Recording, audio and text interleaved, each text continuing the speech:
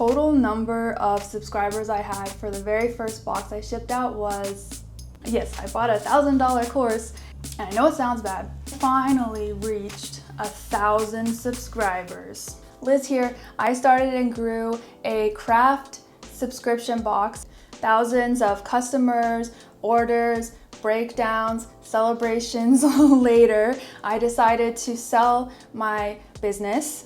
And now I'd like to share what I learned with you while I maybe work on my next business.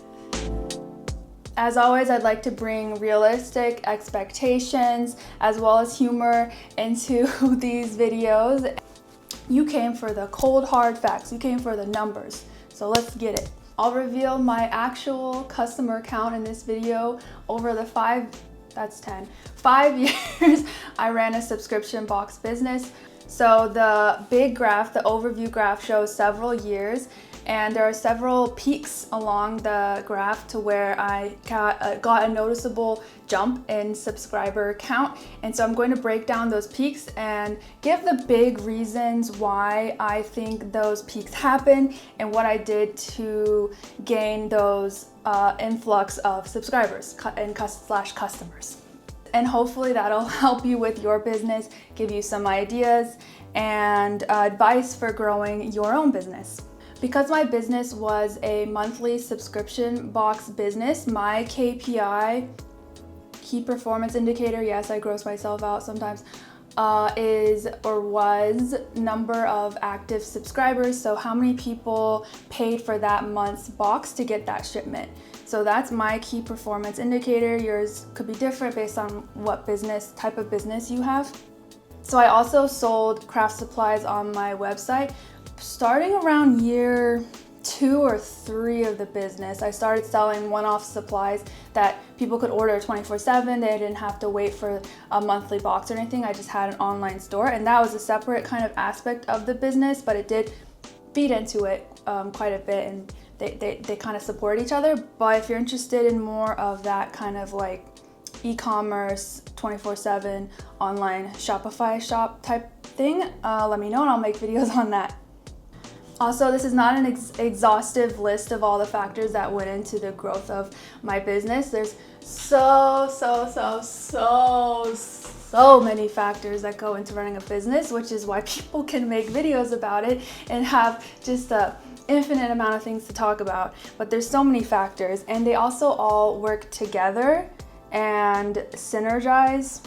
Yeah, I gross myself out again. They synergize together to where all of the different factors combined make a greater output than the individual factors. So for instance, someone who hasn't heard of my business might see a social media post I made, might get an email blast I did, might get served a advertisement that I paid for, might see my YouTube videos, etc., or word of mouth, know someone or talk to someone online about it, and all of those things together is what caused them to be a customer. So there is power in these like little things that you do that can add up to make a big difference, but I digress. And I'll get into what I call the major breakthroughs for my business. So I'll break my business journey, my phone just fell.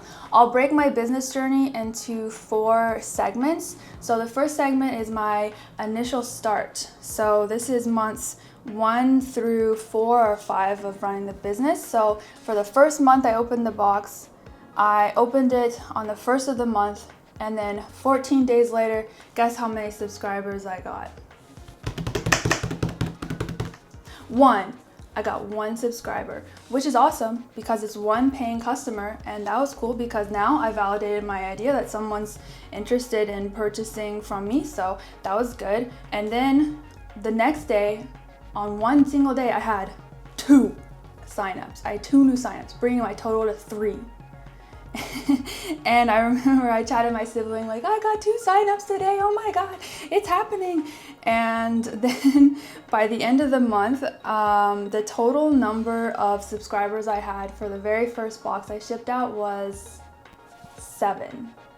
So I shipped out 7 boxes for my first month, and then for my month 2, I doubled it, more than doubled it, and I had 15 subscribers that I shipped off to.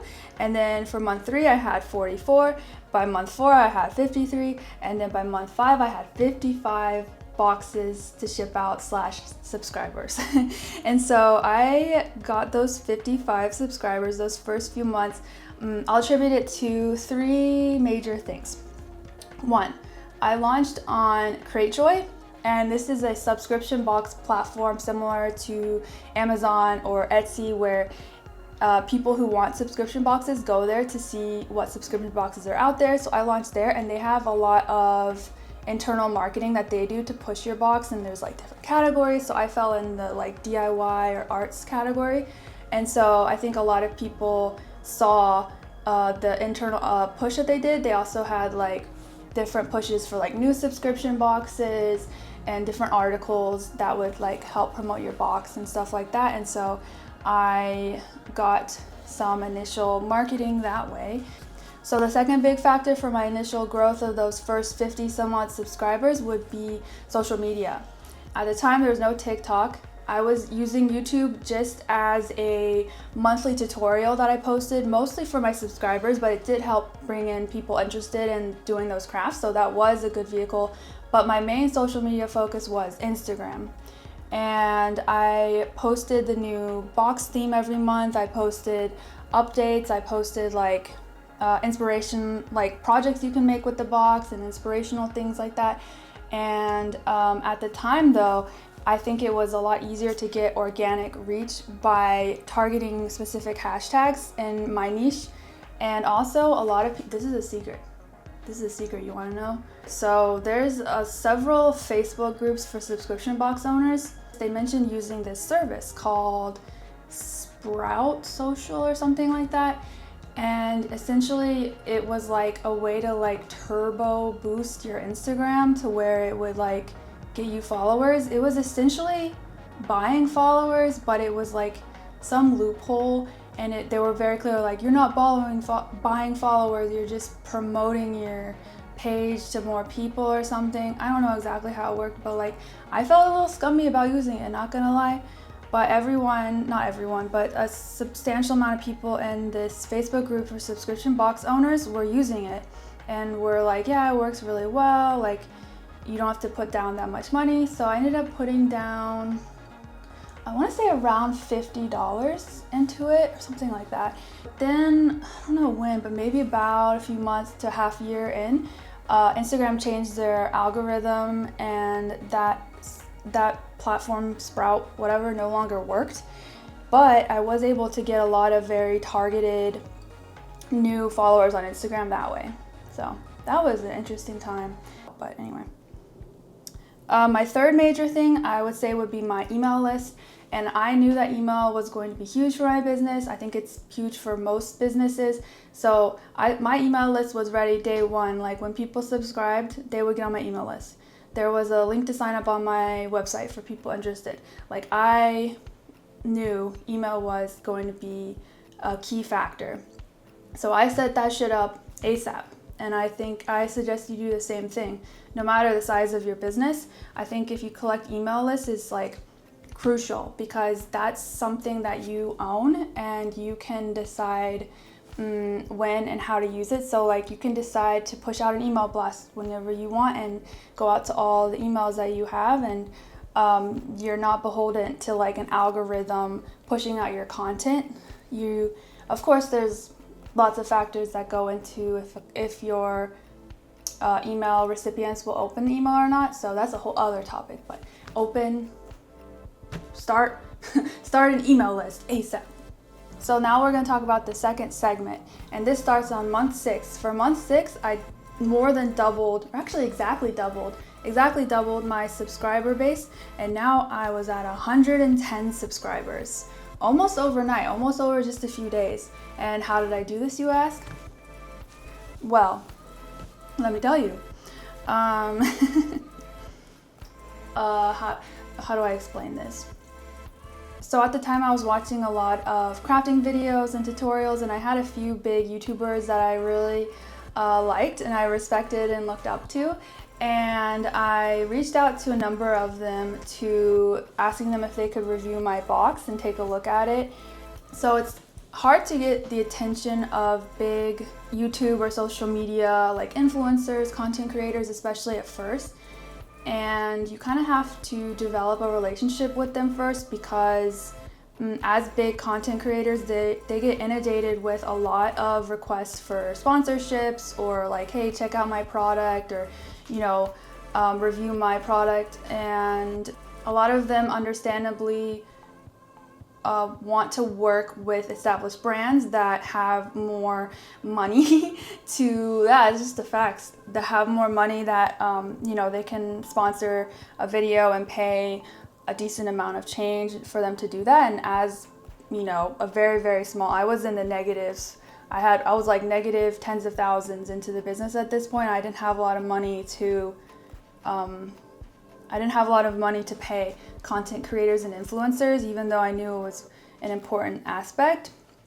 And looking back on it, I might have, knowing the impact it would have on my business, I would have been willing to pay more. But at the time, I was my first business. I didn't know how much impact it would have, and so I wasn't really willing to pay a lot of money for this, because it was a lot of unknowns for me. But I was lucky, and I reached out to a specific craft themed channel that I really look up to, and I joined their Patreon, and I got in contact with them that way, and I started chatting with people first, and then I reached out to the creator, and they agreed to review my box. And they're just like a really kind and nice individual. So they posted a video reviewing my box and doing some crafts with it during my month 6.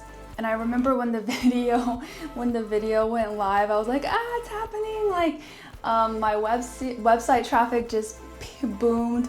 I remember I had a watch party with my family and my boyfriend, where we watched the video together and talked about it. And it was just a really nice video. It was somewhat it had some critical advice too, which was good. And my mom was like, oh, she did you a really big favor. She gave you a lot of really good advice to implement. And I was like, yeah.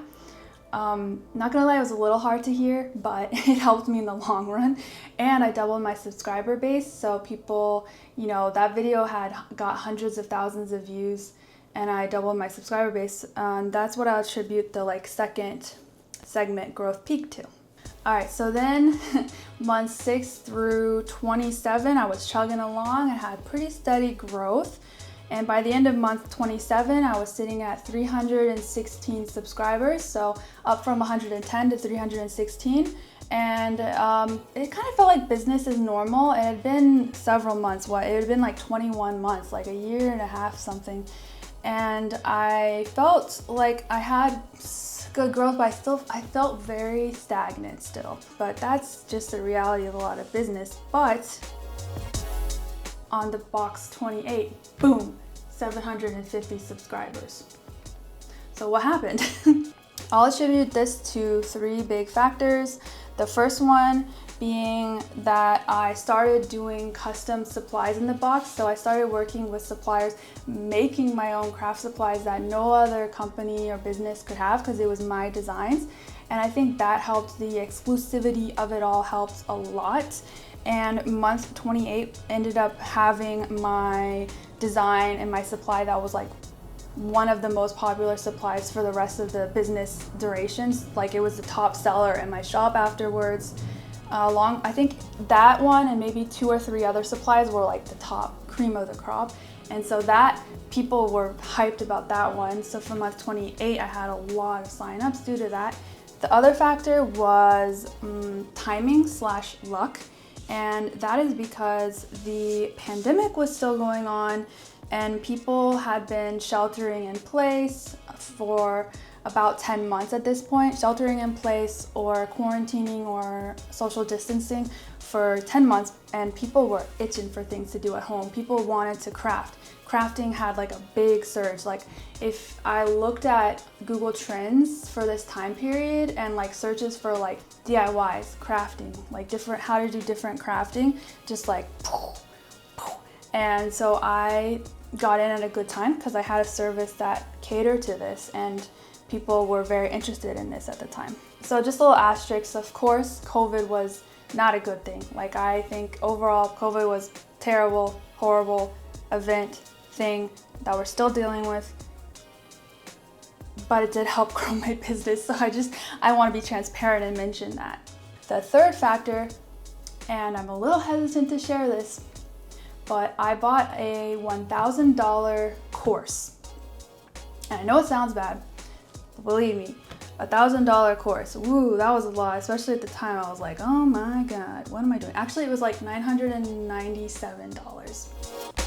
But yes, I bought a $1,000 course, and basically this one was, there's someone in the subscription box industry who is a big mentor figure, very knowledgeable, has a very big box. They had this course that they put together that would teach you how to lay out your subscription box website and do Facebook advertisements in order to grow your business. So they literally went through their website and told you, like, these are all the portions of the website, and this is why each portion of the website is there. So like, you have like your hero image, and ideally you want to show people being happy and show that like lifestyle and like people, aspirational kind of picture people can really relate to, and people just relate to faces, you know, stuff like that. And like went into like conversion rates for the website. So like how many people who visited your website became a customer.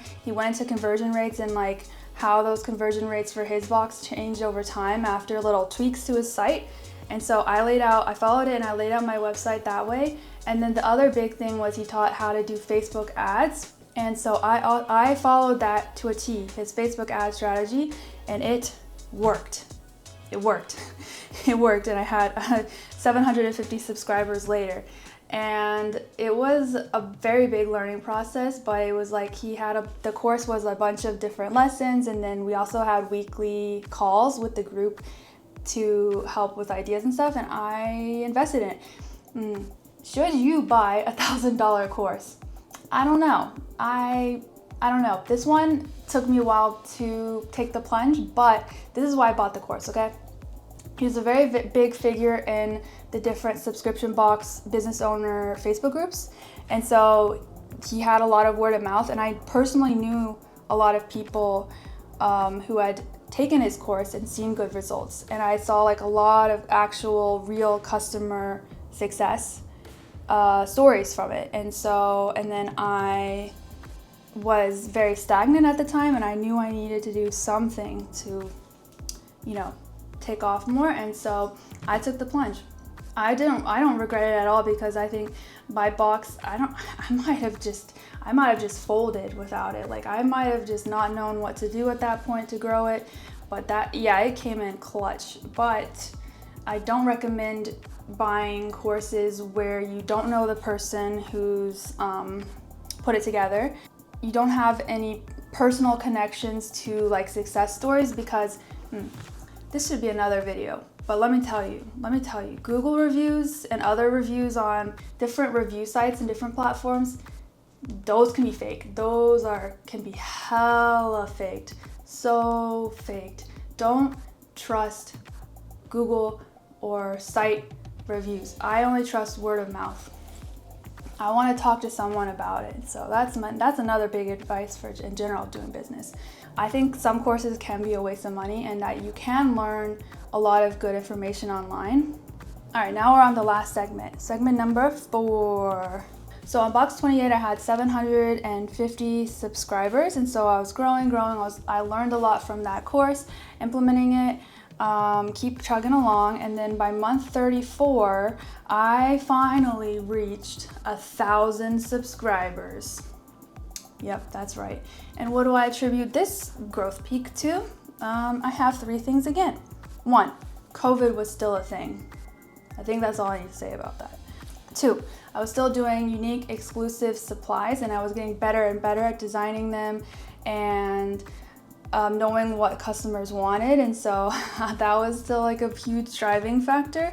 And then 3 was that month 34 was my Halloween themed box, and crafters fucking love Halloween. They go crazy for that shit, like holy crap. I learned that from the year prior and the year prior, but I really capitalized on this year, and I went all in on Halloween. I raised the subscriber cap. I was able to get 1,000 subscribers by implementing all the things that I learned from the course that I bought and using Facebook ads and capitalizing on Halloween and the pandemic still. So yeah, I was at 1,000 subscribers, and for the rest of the journey until I sold the subscription box, it had different ebbs and flows to it as well. But that was kind of like the big driving force. And then that was around when month 34 was around when I started considering selling the subscription box. So it took a while.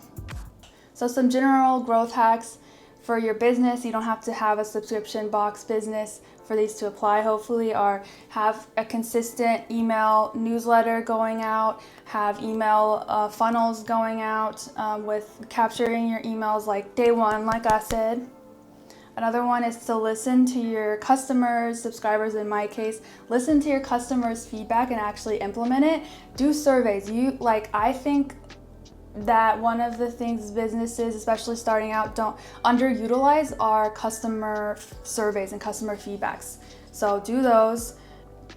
Another advice is that it takes a lot of time to grow. It takes a lot of time.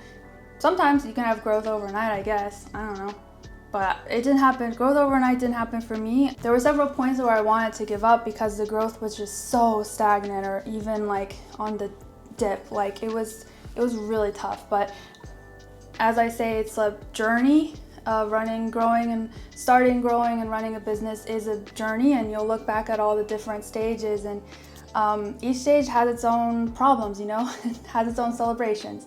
Remember I said when I got my first subscriber, when I got those 2 subscribers on one day, holy crap, I was super pumped. I was so excited. And then flash forward about 3 years later, if I got 2 subscribers in a single day, that was like a bad day. But at the time I was like, oh, that was unimaginable at one point in my life. So business owning is a journey. Yeah. All right, that's it for this video. If you have any questions, let me know in the comments. If you have anything you want me to discuss, any topics or advice you want me to discuss, I can add that to my list as well. And I'll talk business with you in the next one. Bye.